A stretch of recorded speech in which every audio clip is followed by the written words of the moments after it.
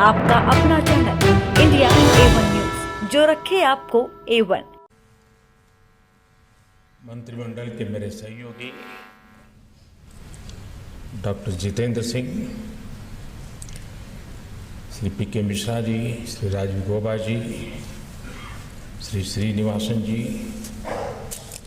और इस कार्यक्रम में जुड़े सभी कर्मयोगी साथियों, देवी और सज्जनों, आप सभी को सिविल सेवा दिवस की बहुत बहुत शुभकामनाएं। इस साल का सिविल सर्विस डे बहुत ज्यादा महत्वपूर्ण है। ये एक ऐसा समय है जब देश ने अपनी आजादी के 75 वर्ष पूरे किए हैं। एक ऐसा समय है जब देश ने अगले 25 वर्षों के विराट विशाल लक्ष्यों को प्राप्त करने के लिए तेजी से कदम बढ़ाना शुरू किया है। देश को आजादी के इस अमृत काल तक लाने में उन अधिकारियों की बड़ी भूमिका रही जो 15, 20, 25 साल पहले इस सेवा में आए। अब आजादी के इस अमृत काल में उन युवा अधिकारियों की भूमिका सबसे बड़ी है जो अगले 15, 20, 25 साल इस सेवा में रहने वाले हैं। इसलिए मैं आज भारत के हर सिविल सेवा अधिकारी से यही कहूंगा कि आप बहुत भाग्यशाली हैं। मुझे पूरा विश्वास है कि मेरी बात पे आपको भरोसा होगा।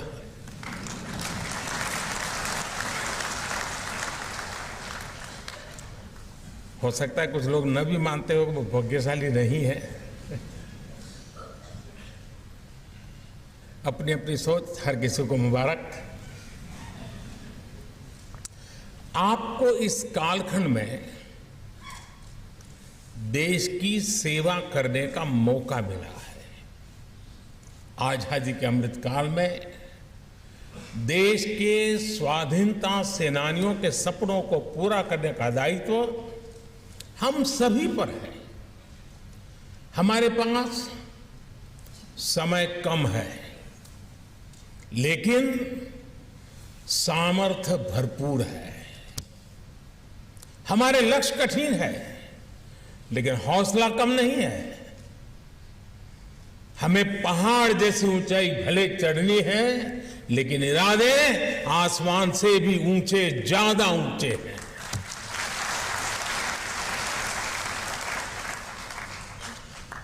पिछले 9 वर्षों में भारत आज जहां पहुंचा है, उसने हमारे देश को बहुत ऊंची छलांग के लिए तैयार कर दिया है। मैं अक्सर कहता हूं कि देश में ब्यूरोक्रेसी वही है, अधिकारी कर्मचारी वही है, लेकिन परिणाम बदल गए हैं। पिछले 9 वर्षों में भारत अगर विश्व पटल पर एक विशिष्ट भूमिका में आया है, तो इसमें आप सबका सहयोग बड़ा महत्वपूर्ण रहा है।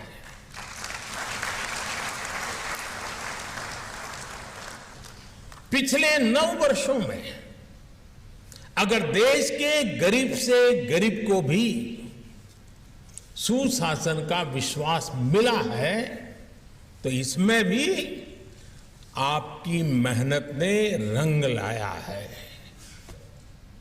पिछले 9 वर्षों में अगर भारत के विकास को नई गति मिली है, तो ये भी आपकी भागीदारी के बिना संभव नहीं था। कोरोना के महासंकट के बावजूद आज भारत दुनिया की 5वीं सबसे बड़ी अर्थव्यवस्था है।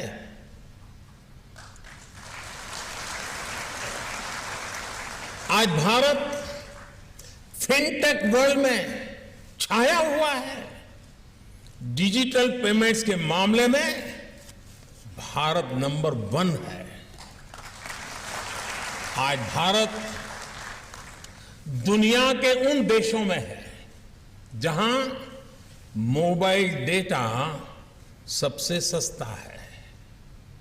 आज भारत में दुनिया का तीसरा सबसे बड़ा स्टार्टअप इकोसिस्टम है। आज देश की ग्रामीण अर्थव्यवस्था बहुत बड़े परिवर्तन के दौर से गुजर रही है। 2014 के मुकाबले आज देश में 10 गुना ज्यादा तेजी से रेल लाइनों का इलेक्ट्रिफिकेशन हो रहा है। 10 टाइम 2014 के मुकाबले आज देश में 2 गुनी रफ्तार से नेशनल हाईवेज का निर्माण हो रहा है। 2014 के मुकाबले आज देश के पोर्ट्स में कैपेसिटी ऑगमेंटेशन लगभग 2 गुना हो चुका है। 2014 के मुकाबले आज देश में एयरपोर्ट्स की संख्या भी 2 गुना से ज्यादा हो चुकी है। आज यहां जो पुरस्कार दिए गए हैं वो देश की सफलता में आपकी इसी भागीदारी को प्रमाणित करते हैं, आपके सेवा भाव को परिलक्षित करते हैं। मैं सभी पुरस्कृत साथियों को फिर एक बार बहुत बहुत बधाई देता हूं।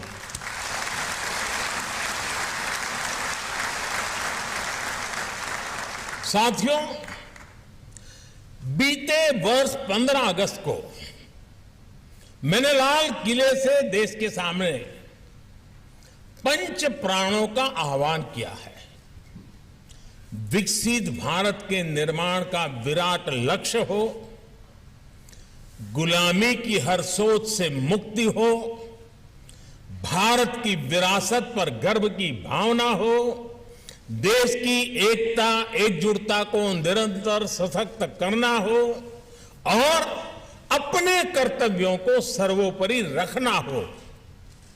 इन पंच प्राणों की प्रेरणा से जो ऊर्जा निकलेगी वो हमारे देश को वो ऊंचाई देगी जिसका वो हमेशा हकदार रहा है।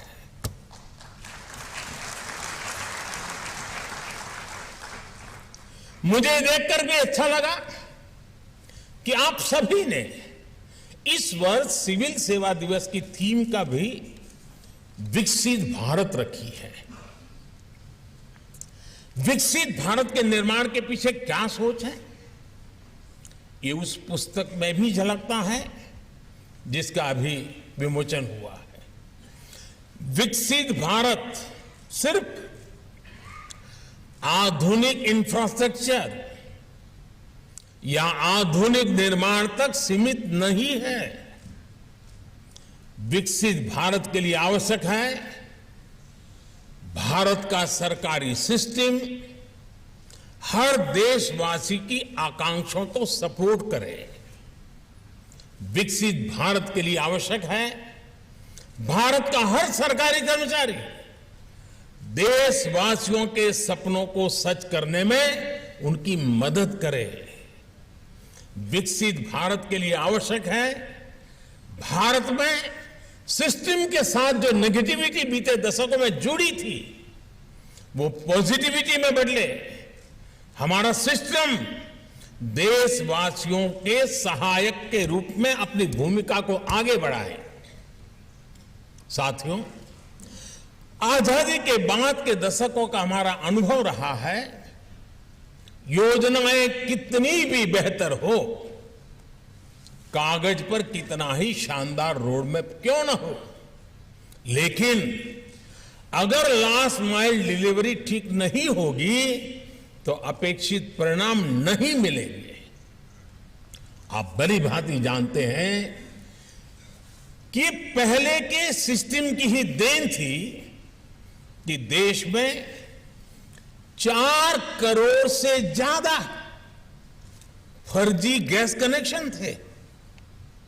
ये पहले की सिस्टम की ही देन थी कि देश में 4 करोड़ से ज्यादा फर्जी राशन कार्ड थे। ये पहले की सिस्टम की ही देन थी कि देश में 1 करोड़ काल्पनिक महिलाओं और बच्चों को महिला और बाल विकास मंत्रालय की सहायता जा रही थी। ये पहले की सिस्टम ही थी और उसी की देन थी कि अल्पसंख्यक मंत्रालय करीब 30 लाख फर्जी युवाओं को स्कॉलरशिप का लाभ देता रहता था। और ये भी पहले की ही सिस्टम की देन है कि मनरेगा के तहत देश में लाखों ऐसे फर्जी अकाउंटेंट बने, लाखों ऐसे श्रमिकों के पैसे ट्रांसफर किए गए जिनका अस्तित्व ही नहीं था। अब सोचिए, जिनका कभी जन्म ही नहीं हुआ, वो सिर्फ कागजों में ही पैदा हुए, ऐसे लाखों करोड़ों फर्जी नामों की आड़ में एक बहुत बड़ा इकोसिस्टम भ्रष्टाचार में जुटा था। आज देश के प्रयासों से, आप सभी के प्रयासों से ये सिस्टम बदला है। देश के करीब करीब 3 लाख करोड़ रुपए गलत हाथों में जाने से बचे हैं। आप सब इसके लिए अभिनंदन के अधिकारी हैं।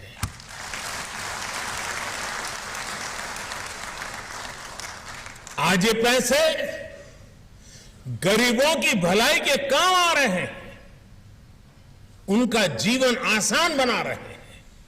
साथियों, जब समय सीमित हो तो यह तय करना बहुत महत्वपूर्ण हो जाता है कि हमारी दिशा क्या होगी, हमारी कार्यशैली क्या होगी। आज चुनौती यह नहीं है कि आप कितने एफिशिएंट हैं, बल्कि चुनौती ये तय करने में है कि जहां जो डेफिशिएंसी है वो कैसे दूर होगी।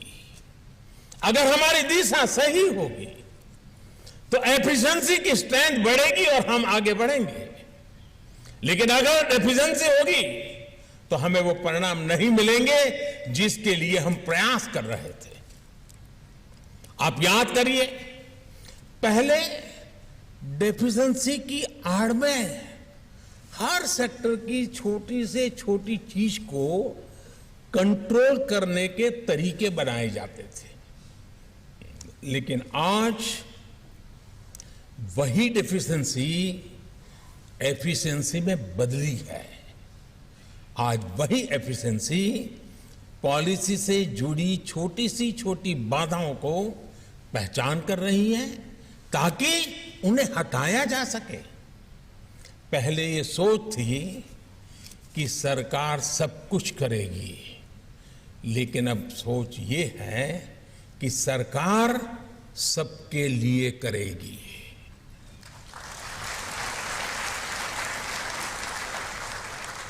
अब सरकार सबके लिए काम करने की भावना के साथ टाइम और रिसोर्सेज का एफिशिएंटली उपयोग कर रही है।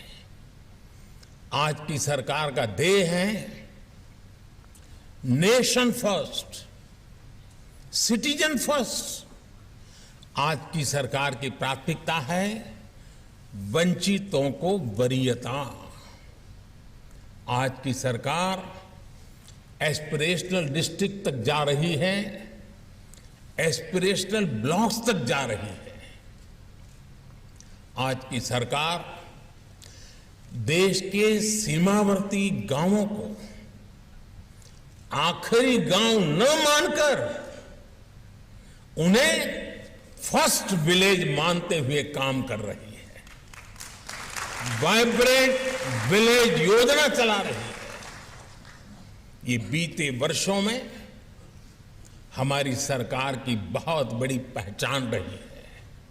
लेकिन हमें एक और बात हमेशा ध्यान रखनी है, 100% सैचुरेशन के लिए हमें इससे भी अधिक मेहनत की, इनोवेटिव समाधानों की पल पल जरूरत पड़ेगी।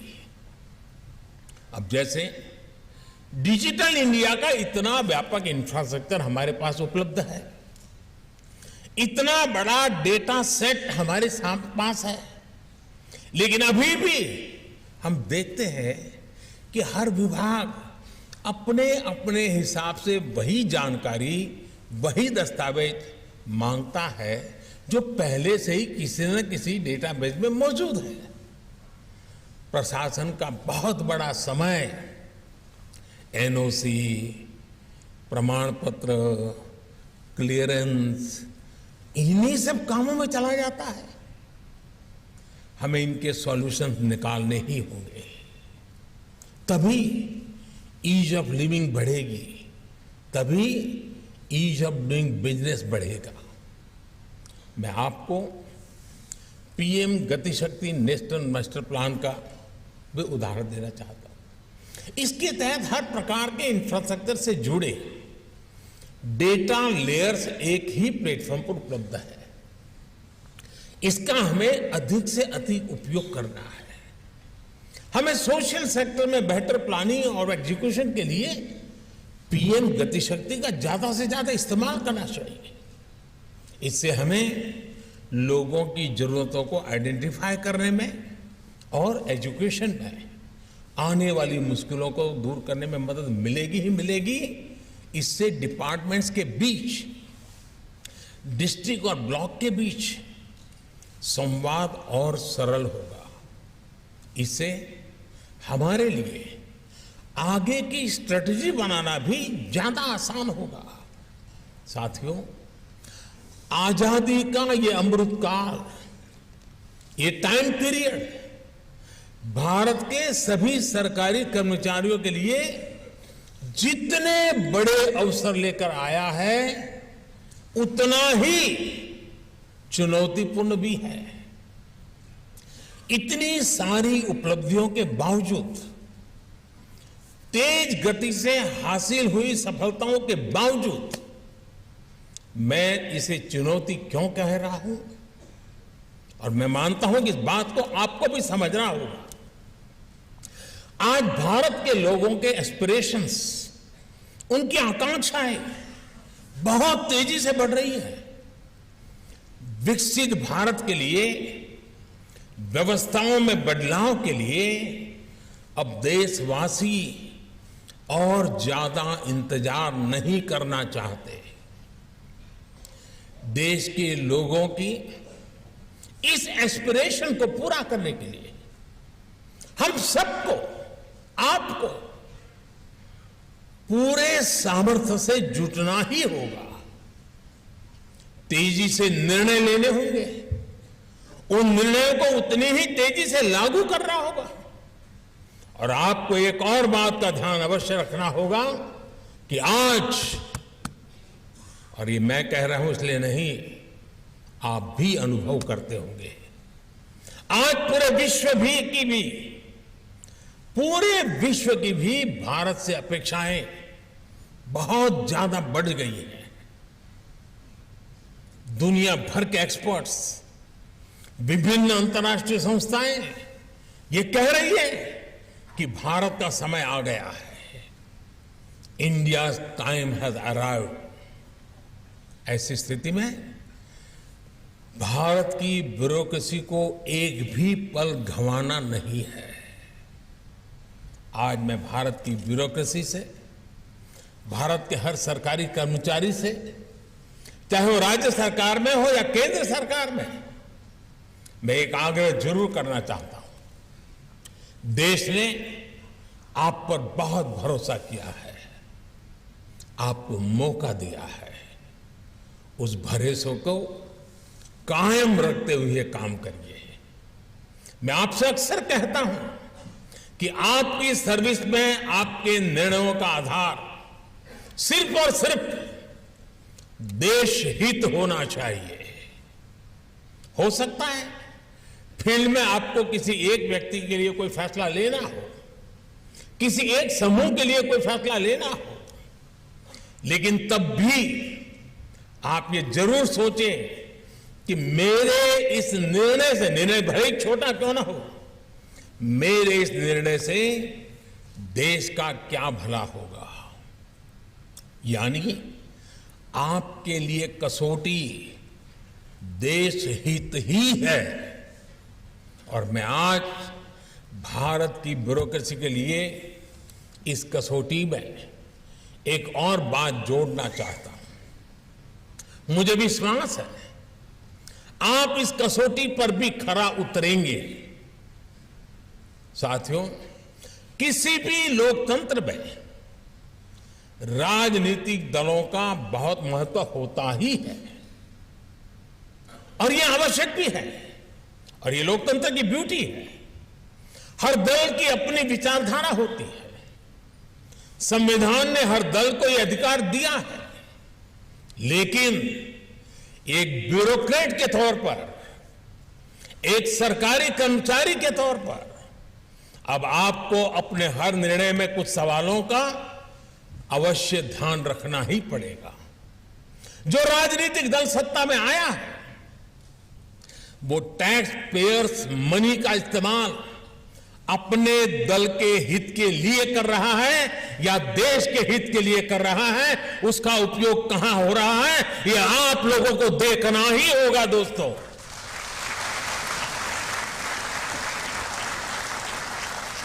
वो राजनीतिक दल अपने दल के विस्तार में सरकारी धन का उपयोग कर रहा है या फिर देश के विकास में उस पैसों का इस्तेमाल कर रहा है, वो राजनीतिक दल अपना वोट बैंक बनाने के लिए सरकारी धन लुटा रहा है या फिर सभी का जीवन आसान बनाने के लिए काम कर रहा है, वो राजनीतिक दल सरकारी पैसे से अपना प्रचार कर रहा है या फिर ईमानदारी से लोगों को जागरूक कर रहा है, वो राजनीतिक दल अपने कार्यकर्ताओं को ही विभिन्न संस्थाओं में नियुक्त कर रहा है या फिर सबको पारदर्शी रूप से नौकरी में आने का अवसर दे रहा है।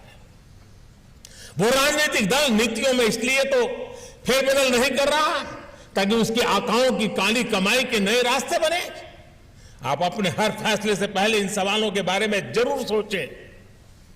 सरदार पटेल जिस ब्यूरोक्रेसी को स्टील फ्रेम ऑफ इंडिया कहा करते थे, उसी ब्यूरोक्रेसी को उनकी अपेक्षाओं पर भी खरा उतरना है, क्योंकि अब अगर ब्यूरोक्रेसी से चूक हुई तो देश का धन लूट जाएगा, टैक्स पेयर्स मनी तबाह हो जाएगा, देश के युवाओं के सपने चकनाचूर हो जाएंगे। साथियों, जो युवा बीते कुछ वर्षों में या पिछले दशक में देश की सिविल सेवा से जुड़े हैं, उन्हें मैं कुछ बातें विशेष तौर पर कहना चाहता हूं। आप भी जानते हैं कि जीवन जीने के दो तरीके होते हैं। पहला, गेटिंग थिंग्स डन, और दूसरा, लेटिंग थिंग्स हैपन। पहला एक्टिव एटीट्यूड है और दूसरा पैसिव एटीट्यूड का प्रतिबिंब है। पहले तरीके से जीने वाले व्यक्ति की सोच होती है कि हां, बदलाव आ सकता है। दूसरे तरीके में विश्वास करने वाला व्यक्ति कहता है, ठीक है, रहने दो, सब ऐसे ही चलता है, पहले से भी चलता है, आगे भी चलता रहेगा, वो तो अपने आप हो जाएगा, ठीक हो जाएगा। गेटिंग थिंग्स डन, ये यकीन रखने वाले आगे बढ़कर जिम्मेदारी लेते हैं। जब उन्हें टीम में काम करने का अवसर मिलता है तो वो हर काम का ड्राइविंग फोर्स बन जाते हैं। लोगों के जीवन में बदलाव लाने की ऐसी ज्वलंत इच्छा से ही आप एक ऐसी विरासत छोड़ जाएंगे जिसे लोग याद करेंगे। आपको ये भी याद रखना होगा कि एक अफसर के रूप में आपकी सफलता इस बात से नहीं आंकी जाएगी कि आपने अपने लिए क्या हासिल किया। आपकी सफलता का आकलन इस बात से होगा कि आपके काम से, आपके कैरियर से दूसरों का जीवन कितना बदला है। जिनका जीवन बदलने की जिम्मेदारी आपके पास थी, वे लोग आपके बारे में क्या सोचते हैं। इसलिए आपको ये हमेशा याद रखना है, good governance is the key. जब पीपल सेंट्रिक गवर्नेंस होती है, जब डेवलपमेंट ओरिएंटेड गवर्नेंस होती है, तो वो समस्याओं का समाधान भी करती है और बेहतर रिजल्ट भी देती है। गुड गवर्नेंस में जनता के प्रति जवाबदेही होती है। एक ही राज्य में एक जिला अच्छा परफॉर्म करे और दूसरा न करे, तो इसके पिछले असली वजह गुड गवर्नेंस का अंतर ही होता है। हमारे सामने एस्पिरेशनल डिस्ट्रिक्ट्स का उदाहरण है। हमने जब जोश से भरे देश के युवा अफसरों को वहां नियुक्त किया, उन्हें गुड गवर्नेंस के लिए प्रेरित किया, तो नतीजे भी बेहतरीन आए। आज अनेक एस्पिरेशनल डिस्ट्रिक्ट्स डेवलपमेंट पैरामीटर्स में देश के दूसरे जिलों से भी बहुत अच्छा प्रदर्शन कर रहे हैं। जब आप इस पर फोकस करेंगे, पीपल्स पार्टिसिपेशन पर फोकस करेंगे, तो जनता में भी ओनरशिप का भाव, उसकी भावना और अधिक मजबूत होगी। और जनता जनार्दन किसी भी योजना की ओनरशिप ले लेती है तो अभूतपूर्व नतीजे आना सुनिश्चित हो जाता है। आप स्वच्छ भारत अभियान देख लीजिए, अमृत सरोवर अभियान देख लीजिए, जल जीवन मिशन देख लीजिए। इनकी सफलता का बड़ा आधार जनता द्वारा ली गई ओनरशिप है। साथियों, मुझे बताया गया है कि आप अपने जिले की आकांक्षाओं को ध्यान में रखते हुए एक डिस्ट्रिक्ट विजन एट 100 तैयार कर रहे हैं। ऐसा ही विजन पंचायत स्तर तक होना चाहिए। अपनी ग्राम पंचायत, अपने ब्लॉक, अपने डिस्ट्रिक्ट, अपने राज्य में हमें किन सेक्टर्स पर फोकस करना है, इन्वेस्टमेंट को आकर्षित करने के लिए कौन कौन से बदलाव करने हैं, हमारे जिले, ब्लॉक या पंचायत में कौन से प्रोडक्ट्स हैं जिन्हें हम एक्सपोर्ट कर सकते हैं या उस स्तर तक ले जा सकते हैं। इनको लेकर एक स्पष्ट विजन हमारे पास होना चाहिए। आप अपने क्षेत्र में स्थानीय उत्पादों को बढ़ावा देने के लिए एमएसएमई और स्वयं सहायता समूहों के बीच कड़ियों को जोड़ सकते हैं। आप सभी के लिए लोकल टैलेंट को प्रोत्साहित करना, लोकल एंटरप्रेन्योरशिप को सपोर्ट करना, स्टार्टअप कल्चर को बढ़ावा देना, मैं समझता हूं कि यह समय की मांग है। साथियों, हेड ऑफ द गवर्नमेंट रहते हुए मुझे 20 साल से भी ज्यादा समय हो चुका है। आप में से कई लोग बरसों से मेरे साथ काम कर रहे हैं और मैं तो कहूंगा मेरा सौभाग्य है कि आप जैसे साथियों के साथ मुझे काम करने का अवसर मिला है। आप जानते हैं कि मैंने हमेशा कैपेसिटी बिल्डिंग पर कितना जोर दिया है। मुझे खुशी है कि आज आप सब सिविल सर्वेंट के बीच मिशन कर्मयोगी एक बड़ा अभियान बन चुका है। मिशन कर्मयोगी का मकसद है सिविल सर्वेंट्स के फुल पोटेंशियल का उपयोग करना। कैपेसिटी बिल्डिंग कमीशन इस अभियान को पूरी मजबूती से आगे बढ़ा रहा है। मेरा यह भी मानना है कि ट्रेनिंग और लर्निंग कुछ महीनों की औपचारिकता बनकर नहीं रहनी चाहिए। इसलिए ट्रेनिंग और लर्निंग से जुड़ा क्वालिटी मटेरियल हर जगह हर समय उपलब्ध हो, इसके लिए आई गॉट प्लेटफॉर्म बनाया गया है। अब सभी नए रिक्रूट्स को आई गॉट पर कर्मयोगी प्रारंभ के ओरिएंटेशन मॉड्यूल के साथ भी ट्रेन किया जा रहा है। साथियों, बीते वर्षों में सरकार ने ब्यूरोक्रेसी को एक और बंधन से मुक्ति दिलाई है। ये बंधन का प्रोटोकॉल और हायरार्की का बंधन। आप जानते हैं कि हायरार्की के बंधनों को तोड़ने की शुरुआत भी मैंने खुद की है। मैं लगातार सेक्रेटरी से लेकर के असिस्टेंट सेक्रेटरी तक से मिलता हूं। मैं ट्रेनी अफसरों के साथ मुलाकात करता हूं। हमने डिपार्टमेंट के भीतर हर किसी की भागीदारी बढ़ाने के लिए, नए आइडियाज के लिए केंद्र सरकार में भी चिंतन शिविर को बढ़ावा दिया है। हमारे प्रयासों से एक और बड़ा बदलाव आया है। पहले वर्षों तक राज्यों में रहने के बाद ही अधिकारियों को डेपुटेशन पर केंद्र सरकार में काम करने का अनुभव मिलता था। ये किसी से और किसी ने नहीं सोचा होगा कि अगर इन अधिकारियों के पास केंद्र सरकार में काम का अनुभव ही नहीं होता तो वो केंद्र के प्रोग्राम्स को जमीन पर लागू कैसे करेंगे। हमने असिस्टेंट सेक्रेटरी प्रोग्राम के जरिए इस गैप को भी भरने का प्रयास किया। अब युवा आईएएस अपने कैरियर की शुरुआत में ही केंद्र सरकार में काम करने का, उनके अनुभव लेने का मौका मिलता है। सीनियर मोस्ट लोगों के साथ उसको कुछ सीखने को मिलता है। हमें इस तरह की इनोवेशंस को आगे बढ़ाना है। इन प्रयासों को परिणामों के लिए और शिखर पर ले जाने के लिए निरंतर कोशिश करनी है। साथियों, विकसित भारत के लिए 25 वर्षों की अमृत यात्रा को देश ने कर्तव्य काल माना है। आजादी की शताब्दी, देश की स्वर्ण शताब्दी तब होगी जब हम कर्तव्यों को पहली प्राथमिकता देंगे। कर्तव्य हमारे लिए विकल्प नहीं, संकल्प है। ये समय तेजी से बदलाव का समय है। आपकी भूमिका भी आपके अधिकारों से नहीं, आपके कर्तव्यों और उनके पालन से तय होगी। नए भारत में देश के नागरिक की ताकत बढ़ी है, भारत की भी ताकत बढ़ी है। इस नए उभरते भारत में आपको अहम भूमिका निभाने का अवसर मिला है। आजादी के 100 साल बाद जब इतिहास आकलन करेगा तो आपके पास अवसर है कि उसमें एक प्रमुख नाम आपका भी हो। आप गर्व से ये कहें कि मैंने देश के लिए नई व्यवस्थाओं के सृजन में भूमिका निभाई है, व्यवस्थाओं को सुधारने में बड़ी भूमिका निभाई है।